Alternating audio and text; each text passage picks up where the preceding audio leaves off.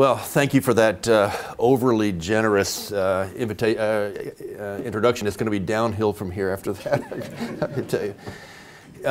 But I see a diverse audience here. I see people, I think, who have medical training and scientific training as undergrads and so forth. What I'm going to try to do is deliver some content that will speak to all of you.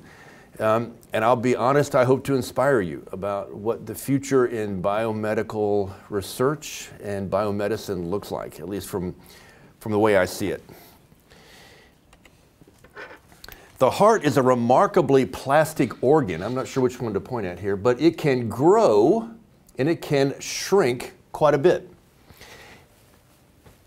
Oh, this is interesting. It can grow under conditions of normal physiological stress, exercise, and pregnancy. This is purely good heart growth. I used to call this the Lance Armstrong heart until we realized that that was much more multifactorial. And this type of heart growth is bad for you. This is purely good for you. This is purely bad for you. This type of disease-related heart growth occurs very, very commonly in such disorders as hypertension, myocardial infarction, many other things. We know of one pathway that elicits good heart growth. We know of about a half a dozen pathways that lead to bad heart growth. The total magnitude of heart growth actually under these two conditions are quite similar. This type of heart growth under conditions of persistent disease-related stress evolves such that the thin-walled ventricle becomes thin, the narrowed chamber dilates, and a syndrome of heart failure ensues. And one of the messages I hope that you take away from this hour is that heart failure is the future of cardiovascular medicine, at least in the West, currently. Heart failure for more than 20 years has been the #1 discharge diagnosis in Medicare. So the hospital across the street, the #1 reason that people are in that thing is because of this right here. And it is continuing to expand, the prevalence of this syndrome.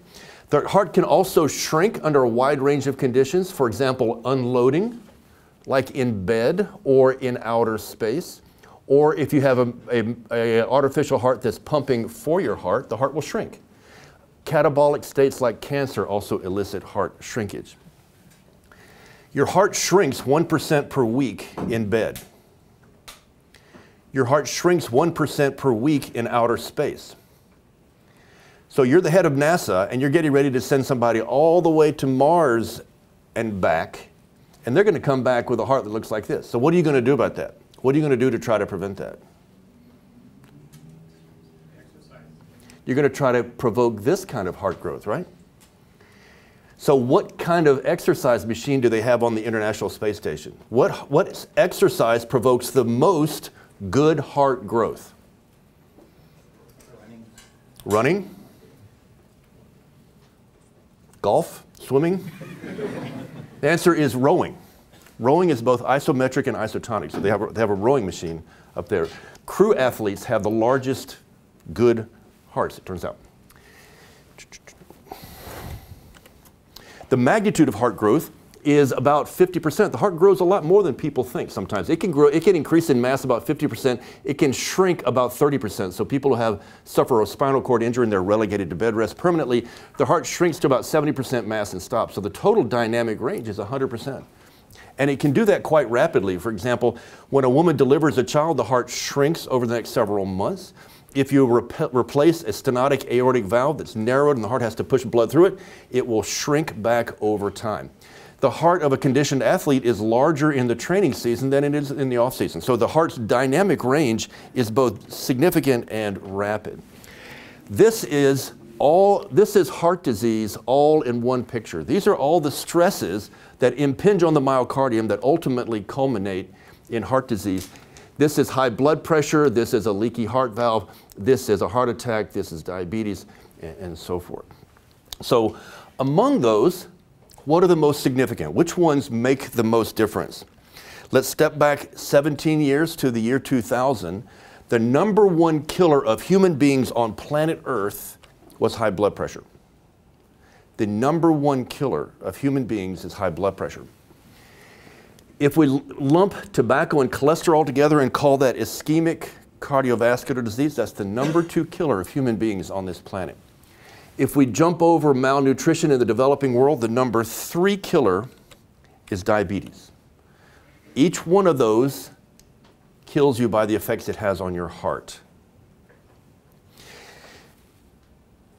A moment of philosophy. As a physician, every physician in this room, what we try to do all the time is to cure a disease, eliminate it, make it go away so that the associated morbidity and mortality is eliminated.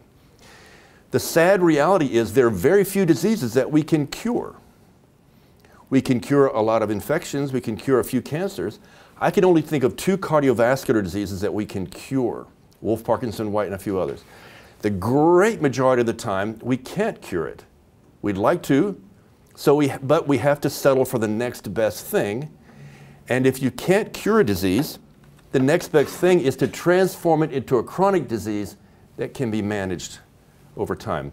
In the field of medicine, broadly speaking, this is the vast majority of what ends up happening.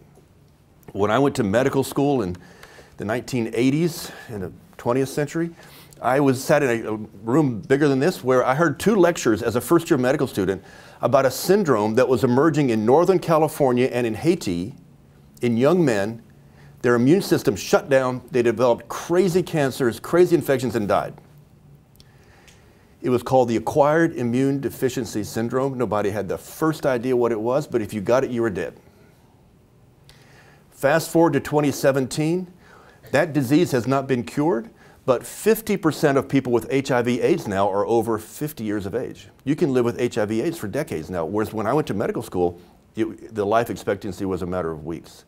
So that's an example of where a disease has not yet been cured, but the second best strategy has been attained to some extent. So how does this pertain to cardiovascular medicine? In the 1960s, before there was a coronary care unit, that's where you go when you have a heart attack. If you had a heart attack in the hospital before there was a coronary care unit, the likelihood you would not go home was 30%. 30% mortality with a nurse standing right beside you. If you had that heart attack in your living room, it was 90%. 90% mortality. Over the next 15 years, when some smart people developed the coronary care unit where you can defibrillate an electrical disorder, you can monitor the blood pressure and treat with beta blockers, in 15 years, age-adjusted mortality for in-hospital myocardial infarction dropped 50%. Unbelievable.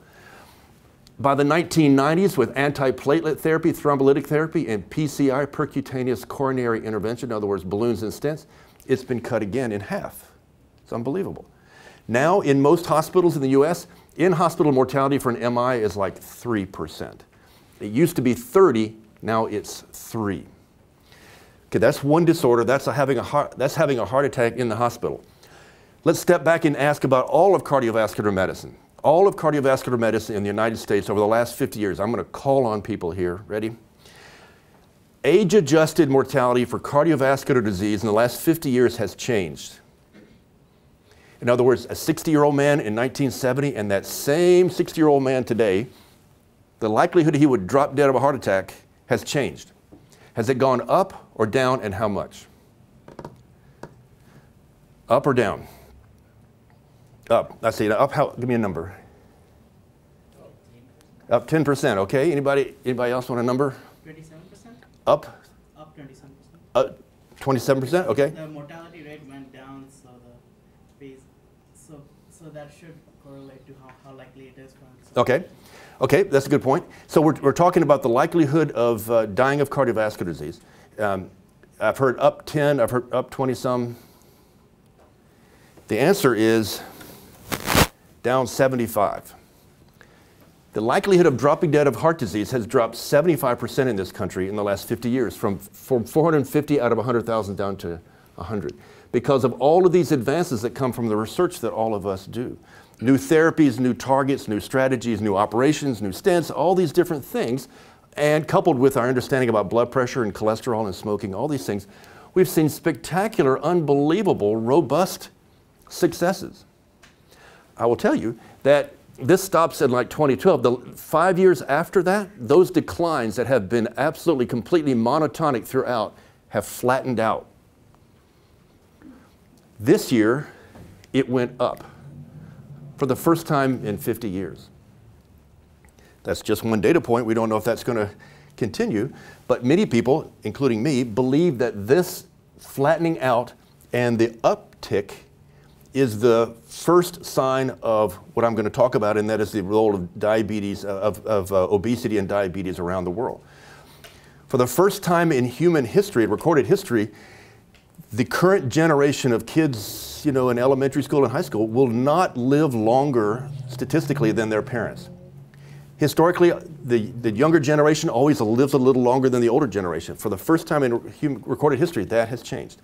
And that is why. The reason I believe is, as I'll try to explain to you, is related to these environmental influences around obesity and diabetes. So I hope you don't leave this room without remembering that heart disease is the #1 killer around the world. There are many women who sadly believe they're much more likely to die of breast cancer, and I can tell you that that is wrong by about 100x. That is way, way wrong. Women are far and away more likely to die of heart disease than breast cancer, for sure, and the same is true of men. It's the #1 killer of men. So despite those successes that I showed you, look at those spectacular successes, it's still the #1 killer around the world. So why is that?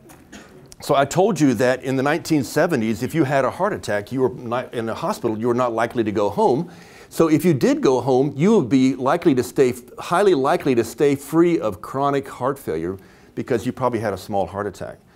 But now, 10 years later, another 10 years later, more and more people are surviving those heart attacks, as I showed you, and they're going home with an injured heart, and so the likelihood that they're free of chronic heart failure is much lower.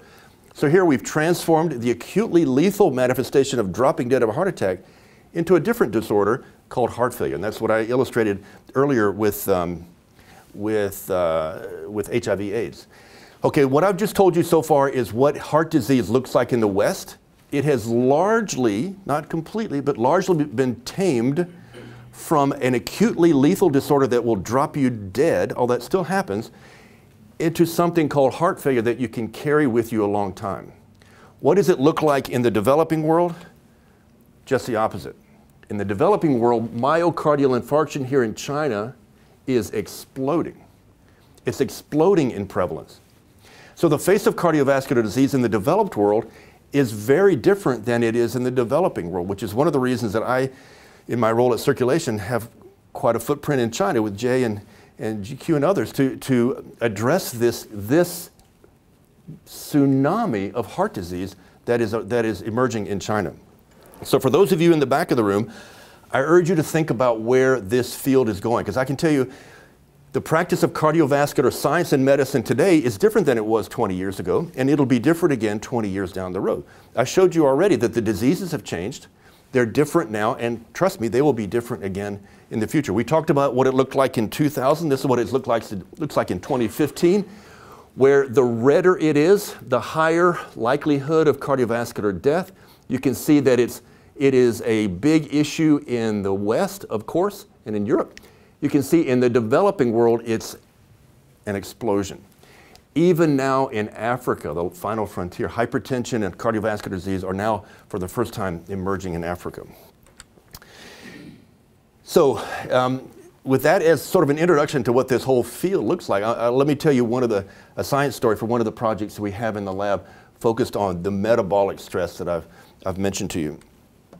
The prevalence of diabetes in this country has exploded in the last 60 years or so, gone from 1% to upwards of 20-some percent. In China, the prevalence of diabetes is 11%. That's 11% of 1.4 billion people. The prevalence of prediabetes in China is 40%, 40. Prediabetes, for those of you who don't know, is a syndrome that generally leads to diabetes. If you have diabetes, 20 years later, you're going to have heart disease and die of it, by and large. Prediabetes leads to diabetes. 20 years later, you get heart disease and you die of it. And that is, I fear, what the future looks like in much of our world. So part of this stems from the obesity epidemic that we all are aware of. So here's men and women, 1980 and 2008. Here is obesity in North America. No surprise there, right? We got plenty of obesity in our country, but let me emphasize that this is a global issue, a global problem. In China, again, in, where's East Asia? East Asia, this is how much, that's what obesity looks like in China. It's nothing like here. But let me tell you that that much obesity is enough to trigger diabetes in Han Chinese people relative to people in the West. If I were to carry 50 or 60 pounds, that's what it would require for me to be predisposed to diabetes. If I were a Han Chinese male, it would probably be 10 pounds. Nobody has any idea why that is, but different ethnic groups around the world are predisposed or not to these environmental triggers. It only takes this much obesity in China to trigger the same amount of diabetes there that I showed you, those spectacular numbers that I just mentioned. The same is true in the Indian subcontinent. It looks a little different there, but folks from the Indian subcontinent are by and large predisposed to early cardiovascular disease for yet different reasons. Those are two incredibly important struggles, or puzzles that need to be addressed that we don't understand presently. I hope you know who Eugene Braunwald is. If you don't, we'll talk later, but he is the pioneer of cardiovascular medicine in the last 100 years, and he's a friend and mentor of mine, and he said to me a couple of years ago, the thrombocardiologist, the clot cardiologist of the 20th century will be replaced by the diabetocardiologist of the 21st century. And I think that really is a prescient observation. So now let me change gears and talk about a particular type of heart disease that you may or may not have heard about called heart failure. We talked about heart failure with preserved ejection fraction, HFPEF. So the definition of heart failure is, when I talk to patients, I make sure they understand heart failure is not like car failure. If the mechanic says you got car failure, you're done, right? You pull off the road, it stops. Heart failure doesn't mean your heart's going to stop. It just means that it cannot do its job to pump blood to the brain and the liver and the kidneys and the skeletal muscle to do its job correctly. So it is not strong enough to pump blood adequately. It comes in two different types. You can see here two bumps. You can have heart failure with reduced ejection fraction if, for example, if you have a heart attack and the front wall of the heart doesn't work anymore and the rest of it has to do the work, the heart is weakened and the ejection fraction is diminished. That's called heart failure with reduced ejection fraction. That's because systolic contraction is weak. The other half of heart failure is with preserved ejection fraction, where the heart can pump just fine. It's just so thick and stiff and fibrotic that it can't fill. It can't fill with blood. So a pump that can't fill can't pump, right? So it turns out half of heart failure is HFrEF and half of it is HFpEF. This past year, at least in one survey, the prevalence of HFpEF, which is increasing, actually passed HFrEF. We actually have more HFpEF now than we have HFrEF. And it is associated with very significant morbidity and mortality around the world. And all of the different drugs that we know we have in our toolbox to treat HFrEF, when applied to people with HFpEF, have been neutral. None of them has been effective, despite the fact that these two syndromes are equally mortal. In other words, we have a syndrome that will kill you over the course of a few years, and none of the drugs that work in HFrEF are effective. Part of the reason for that, I believe, and others, is that it's a circulatory problem. It's not simply a myocyte problem. It most definitely is not just diastolic dysfunction, as I discussed this morning, but rather it is a syndrome that affects the entire circulatory system.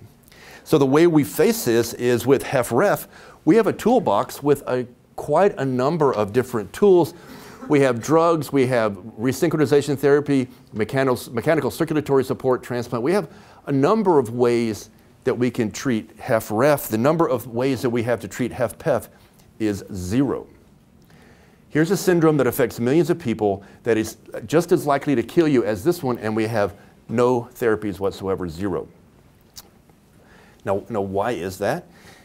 Part of it, I believe, and others, is that it's not just a simple one-cell problem, but rather the entire circulatory system. And part of the reason is that we have no good preclinical models. We have no animal models that recapitulate what the people get. So if you can't have an animal model, how are you going to figure out mechanisms and try identify targets and new therapies? There are no in my mind, no good models that recapitulate the myriad features of HFpEF the way patients present. So we set out to address that. A couple of years ago, I had this conversation earlier where a postdoc in my lab who joined the lab 2.5 years ago, he's a cardiologist from Italy, and we commiserated about this problem and decided in our minds that, first of all, HFpEF is not a genetic disorder. It doesn't run in families. It's not some mutation in some gene. And so studying a rat or a mouse that has a mutation, may not give us the right answer because that's not what the people look like. Rather, the people who have HFpEF are hypertensive with diabetes. They have endothelial dysfunction and hypertension. They are obese and have diabetes. There's 90% of them. And so we hypothesized that it's a two-hit mechanism where mechanical stress and metabolic stress converge. And I hope to convince you that that's the case. So we took animals and we gave them diabetes by feeding them a high-fat diet, and we raised their blood pressure 40 millimeters of mercury by exposing them to an eNOS inhibitor called L-name. So after 15 weeks of this strategy, so in every case I'm going to show you, here's what the animals on a normal diet, right? So this is just a chow diet. Here's the ejection fraction. Control number 1 is high-fat diet, so hit number 1 only. Here's L-name, hit number 2 only. And here is L-name and high-fat diet together. The convergence of 2 hits. So they all have a preserved ejection fraction, but global longitudinal strain, which is a very sensitive marker of systolic performance, is suppressed only in the animals that have both stressors.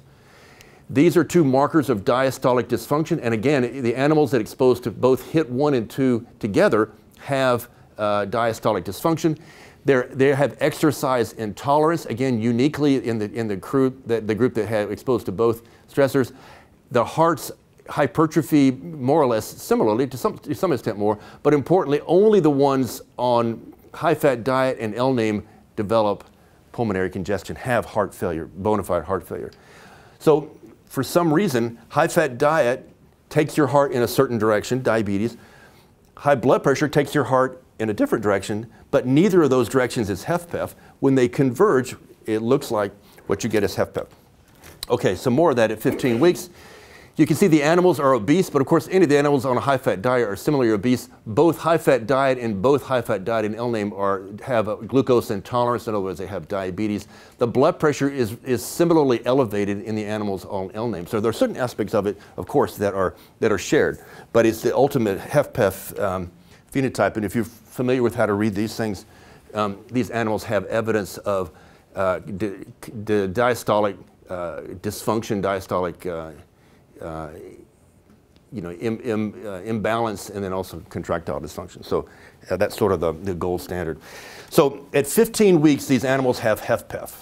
And let me say again, the people who have HFpEF, humans who have HFpEF, have about a dozen disorders. They have diastolic dysfunction, they have a normal ejection fraction, they have contractile dysfunction if you measure it using sensitive strategies like strain. They have elevated filling pressures, they have pulmonary congestion and heart failure, they have exercise intolerance, they have modest fibrosis, they have ventricular arterial uncoupling, they have a significant inflammatory response. We were not ready to call this a model of HFpEF until we checked off that dozen-point checkbox list. And in fact, these animals have all 12 of those things.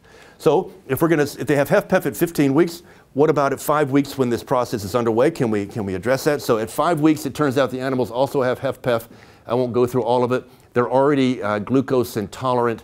Of course, their blood pressures are elevated. Their ejection fractions remain normal, but already at 5 weeks, global longitudinal strain is suppressed and they have diastolic dysfunction. So at 5 weeks, they definitely have the great majority of these features already. And here we have, again, these exercise intolerance, they all have an element of hypertrophy, but again, it's uniquely the ones on both stressors that have pulmonary congestion measured here as lung weights. One of the features is myocyte hypertrophy, but again, the L-name mice also have that, so that's no surprise. A modest amount of fibrosis, again, which is shared with the animals who have high blood pressure. And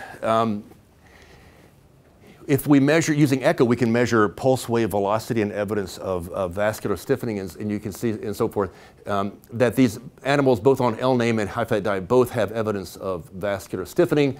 Coronary flow reserve is suppressed in both, and myocardial capillary density is moderately suppressed in both. So again, these are all the features that, in my mind, a bona fide model ought to bring to the table. And the last thing I'll show you on this, just about the model, is that if you take myocytes out and put them in culture and measure their contractile performance, you can see that the high-fat diet L-NAME hearts, myocytes have a slowed, suppressed contractile response and a slowed diastolic relaxation response, again, consistent with what one would see in humans. So with this model in hand, we're pretty excited about this model. We are racing to identify underlying mechanisms, and I'll tell you one. We've identified a couple of them so far, and I'll tell you about one of them that we're getting ready to submit for publication in this first paper. I don't know how much you know about the so-called unfolded protein response. It is a evolutionarily conserved response in all eukaryotic cells to deal with an abundance of unfolded proteins. If the cell becomes constipated with too much protein, it elicits one of, or sometimes all three of the arms of the unfolded protein response. PERK, IRE1 alpha, and XBP1, that one, and ATF6. This is the most ancient one. This is the only one that lives, that yeast manifest. But if the cell has too much protein in its endoplasmic reticulum, that is toxic to it, and what it will do is make less protein. It will induce chaperones to help fold the proteins that are present, and it will induce endoplasmic reticulum associated degradation to try to degrade those proteins in the endoplasmic reticulum and in the cytoplasm. So it's a pretty amazing response. If there's too much protein, we'll make less of it, we'll fold what we got, and we'll degrade some of it. So we've done some work on the unfolded protein response in some forms of heart disease. And in every form of heart disease we've looked at, the unfolded protein response is activated. It's turned on, probably because there's an abundance of unfolded proteins in those cells. In HFPEF, we found the opposite. We were very surprised to find that the unfolded protein response measured, if you take my word for it, all these are measures of it, in the purple bars was suppressed. It's the first time we've ever seen that the unfolded protein response was actually downregulated in a form of heart disease. This is at the level, just taking adult mouse ventricular myocytes and exposing them to, isolating them from these two paradigms, and again, just looking at the myocytes alone rather than at the tissues altogether, you can see it is in fact a bona fide myocyte response. If I back up a second to show you how this works, the business end of this most evolutionarily ancient arm is XBP1 splicing. XBP1 is a molecule that comes out as a transcript, and this endonuclease cleaves it, splicing it, and it becomes a transcription factor. And what I'm going to show you is that this element, the XBP1 spliced isoform, is downregulated, and cutting to the chase is because this guy is not doing the splicing that it's supposed to. One of the key features of obesity is inflammation. Obese people have a significant systemic inflammatory response. Obese tissue is highly inflammatory, and that's probably one of the reasons obesity is bad for you. If you look in the literature, in fact, look in the liver, for example, this is obese liver. We were surprised to find that, sure enough, XBP1 is downregulated there in the liver, in the literature, and here, in a paper that was published in Science a few years ago, this is not our work, we found that, again, there's evidence of inflammation in these obese models. So there's at least some correlation out there in liver and in other tissues where an inflammatory response involving nitric oxide is present. Again, just take my word for it that obesity is a highly inflammatory state. And again, illustrated here, INOS goes way up in obese models, and that is at least associated with a downregulation of XBP1S. So we began to think, could there be some potential correlation there or some role there? So the first question we ask is, are these HFPEF mice inflamed? Do they have inflammation? And sure enough, INOS levels go way, way up in these animals. Other markers of inflammation, TNF-alpha, IL-1 beta, and so forth, are also upregulated, and INOS transcript goes up. So these animals, after only 5 weeks of high-fat diet, are quite, have a systemic inflammatory response that's pretty significant. We published a paper in Circulation just a year ago on this syndrome of HFPEF, and these authors emphasized there that systemic inflammation is probably a significant part of the pathophysiology. Again, at some level, this was speculation in the absence of a truly informative preclinical model. But in this consortium of things that conspire to lead to HFPEF, oxidative stress and inflammation is part of that. And in fact, people have coined a term meta-inflammation, metabolic inflammation, meta-inflammation, where with obese, as body weight goes up, there is a corresponding increase in inflammatory events. And again, one of the major events around that is a significant induction of inducible nitric oxide synthase.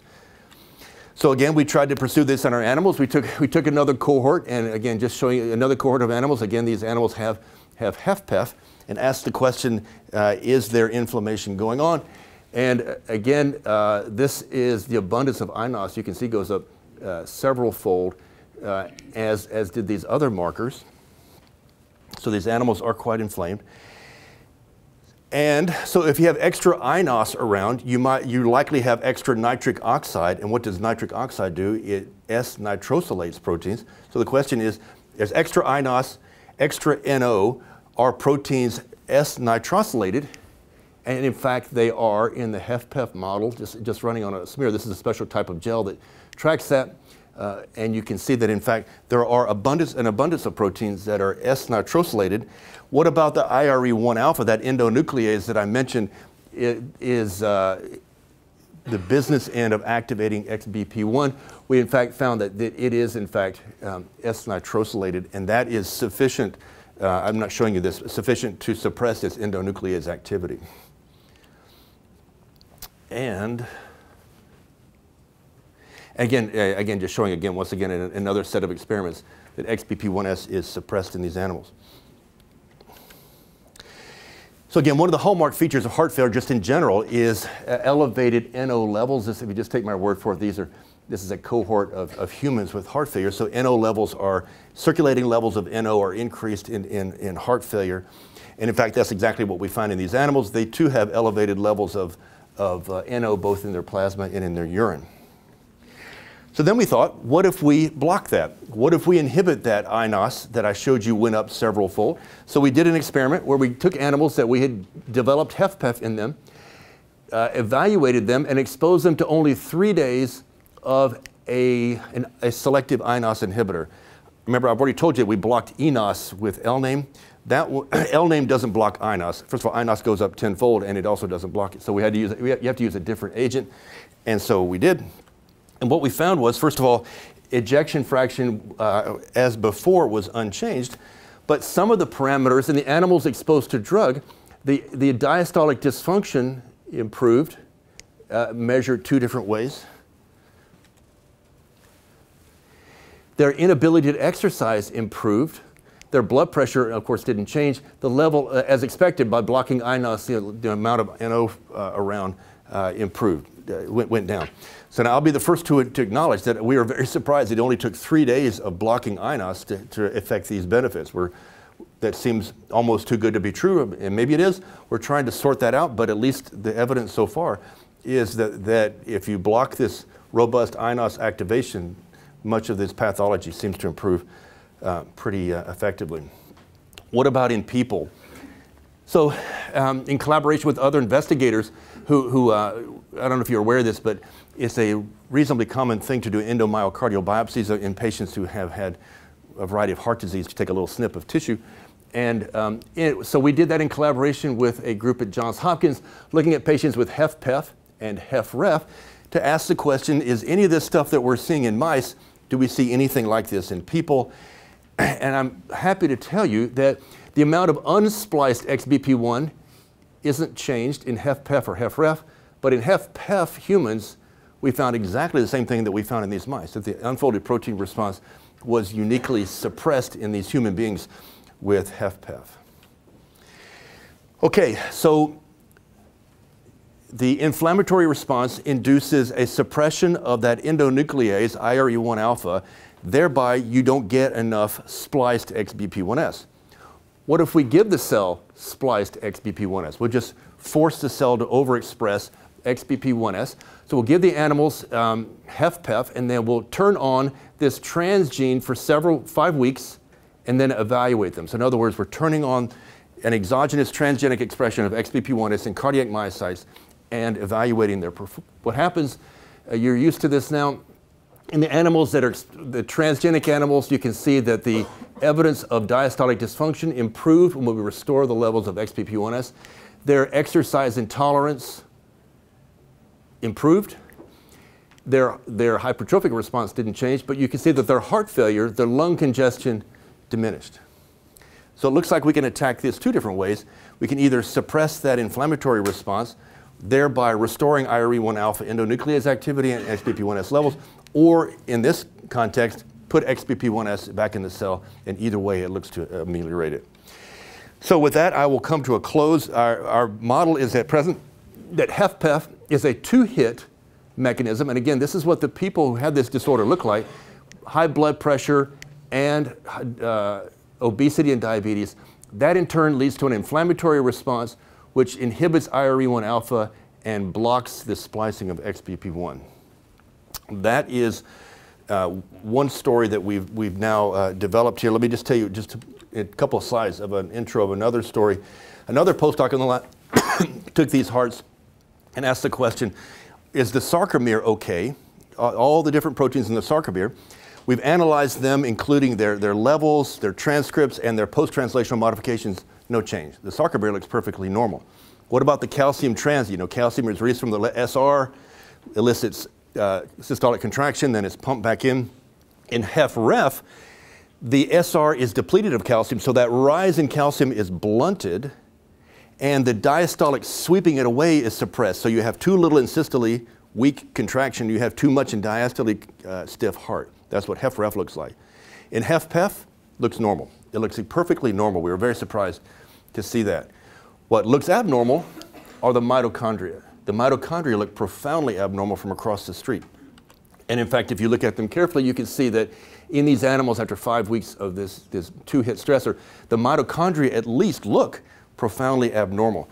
So what this postdoc has done is analyze, this is a simplified diagram of a mitochondrion, the different elements of metabolic activity in a mitochondrion, and she has found that glucose entry through pyruvate and handling of glucose appears to be perfectly normal, no problems there. The electron transport chain looks to be perfectly normal, no problems there. Where the problem is at the level of beta oxidation. It appears that SIRT3, this is a story we're still developing, SIRT3, or sirtuin and HDAC, is suppressed and thereby leads to the deacetylation of 2 different enzymes in the beta oxidation pathway. And the reason SIRT3 is suppressed is because the NAD levels are low. So we're now treating animals with NAD, which by the way you can buy at the drugstore, to see if we can compete away this defect in beta oxidation abnormalities in the mitochondrium. So with that, I will close. This picture of the lab, I'm afraid, is rather out of date. Min,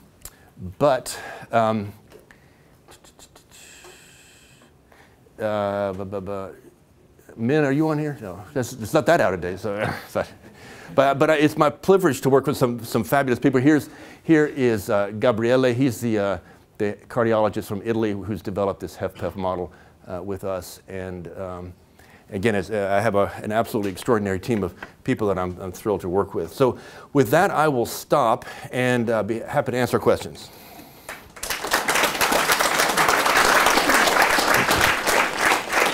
Wow, this is from the epidemiology population study to hardcore molecular study to patient care. So we are true model, real model for us. Asha, you have a question? Yeah, 2 quick questions about the mouse model. First off, how long are you guys feeding these animals the high-fat diet before you're running these experiments? Sort of like like just in terms of looking at an actual human model versus the mouse model, like what is the time frame? So when we first started this, we gave them 15 weeks, and as I mentioned, we've found that 5 weeks they have, all of the syndromes perfectly present in 5 weeks. So an important question that you're also asking is that one thing about people with HFPEF is they don't ultimately devolve to HFrEF. The literature is full of models of HFPEF where 2 months later they're HFrEF, and that's not what people do. So we've taken these mice out for more than 6 months now, and at least at that point they never turn into HFrEF. Which again is one of the critical features of this syndrome. And then I guess the other question was, have you looked at any of like the returning them to a healthy diet and seeing if any of these changes sort of revert back, or if sort of the same idea in humans of if we try and resolve the problem using metabolic changes and things, It's a great question. We have done that. Turns out, if you take a mouse who's been eating high-fat diet and you give them regular diet, they're so pissed off they don't eat for like 3 days. Literally, they starve themselves. They're like, I'm not eating that. So it completely confounds the experiment. So we've tried to gavage them, make them eat. It turns out to be as hard as that's an experiment we've tried to do, but we've been unsuccessful. Yes, thank you for the wonderful talk. Not just a question. The XBPis as a treatment seems to be very, very remarkable and effective. So, do you observe that treatment would not affect with the metabolic profile, like glucose and things, whether that's cardiac rebound direct cardiac effect, or is becoming just on the metabolic? That's a good question. We're doing those experiments. All those different things we have. The animals, their heart failure gets better. Their exercise intolerance gets better. We're still working through that list to see how much of that is amenable to overexpressing or XBP1S or not. So don't know the answer to that. The other part of this, I started off by telling you it's not just a myocyte problem, and so I personally don't believe that we can cure HFPEF by focusing only on the cardiac myocyte. So we're now currently doing all these experiments in endothelial cells to see if, to what extent these changes may or may not be present in endothelial cells. Because I think at least a hypothesis is the reason this disorder is circulatory wide is because endothelial cells have these same sorts of changes now. And those are experiments that we're doing right now. Kevin? Similarly, INAS and ENAS have opposite effect on some cardiovascular disease. So although they have same downstream product, nitric oxide. So what is the current opinion? What is the major reason why they produce nitric oxide same but have opposite effect on cardiovascular disease? Well, I will say I'm not an expert in that biology, but INOS's ability to make NO is hundreds of fold greater than ENOS. And so INOS, it's upregulated tenfold, at least in our model, and it generates way more NO than ENOS does. And so part of it is just an order of magnitude about what the extent to which they are inducible and their ability to synthesize NO. So Joe, what is your toolbox for HFPEF? We started with 0. Now after 1 hour fantastic lecture, so what's your prediction of future for the 50% of the heart failure patient with Well, I think for the cardiologists in the room, the notion of inflammation playing a role in heart disease has been a theoretical concept for 3 decades. It ceased to be theory about 2 months ago when Paul Ridker announced the CANTOS trial, where they treated patients with atherosclerotic cardiovascular disease with a monoclonal antibody targeting IL-1 beta. And those people lived modestly, but lived longer.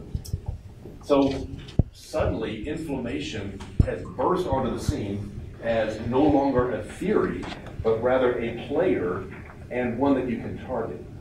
So here is an example of inflammation, I believe, contributing to this disorder. I have another story that we've developed working on macrophages that Simon and I talked about, where, again, the macrophage-dependent inflammatory response clearly participate in heart disease. So I think we're talking about skating where the puck is going. Inflammation is going to explode as an important part. So, you know, in this little trial we did in these mice where we exposed them to an INOS inhibitor, you know, they got pretty much better. And so I think there's going to be a tremendous explosion of interest in anti-inflammatory strategies in heart disease. In other tissues, chronic inflammation, alterations in biomechanical properties, subsequently in a number of cases change in dimension or change in structure. So have you investigated at all, or are there investigations on the fundamental properties in terms of the dynamics of the motion and the structure-motion relationships in the heart tissues? Have done none of that. I hope you will, but we have done none of that. I had no, you know, particular expertise in that domain. I think it's a great question. But it's one of the ways of intervention, of thinking about what are the mechanisms of, you know, those reactions and how one might deal with that. Now, we're not dealing with it in the cardiovascular system, but we're dealing with it with other tissues. And asking the question, is there an because chronic inflammation has become a critical issue, you know, in treatment in multiple areas, beyond what we anticipate. Yes, indeed, and I'm the first to say I'm no expert on inflammation, but we all know it's incredibly complicated. There have been many trials, probably 36 trials, targeting you know, TNF alpha and other things in heart disease, and they've all failed. And you know, I don't know the answer to why that is any more than anybody else, but I can tell you IL-1 beta matters, and at least in this model here, it looks like the INOS-dependent phosphorylation of a variety of proteins matters. We're all measuring the same parameters, but getting back to the fundamentals of the tissue change is really exciting to think about. Yeah, you have a question? Yes. So in your model, you had a HIDL to induce hypertension, right? I assume this is similar in the humans. They have messed up the vascular function. Yes. I'm just wondering, if you improve the vascular function, can you reverse your symptom? Well, we have not done that experiment. That's not been done in people, I can tell you. But you know, there are a variety of ways to raise blood pressure 40 points. We chose that strategy because endothelial dysfunction is, in fact, what these humans manifest. Separating those two out, you know, the endothelial dysfunction component versus the mechanical stress of hypertension is difficult for us to do. That's a good question. Because my base question is how much the vascular function contribute to the third cardiac function? Because we all know a man is as older as his arteries. Yes. Well, at least, you know, one of our controls in every experiment is L-name only, right? Just as high-fat diet only. And the L-name only mice, they develop high blood pressure, they develop some hypertrophy and some fibrosis, but they have no exercise intolerance, they have no pulmonary congestion. So our working model is that somehow the mechanically stressed heart responds to metabolic stress differently, or the other way around. The metabolically stressed heart, when exposed to mechanical stress, responds differently. And the million-dollar question is, how is that? And you know, we hope to figure that out. But it does appear that when those two stressors converge in time, that the response is different than even one in isolation. So the heart failure is a syndrome that has pretty significant hemodynamic changes.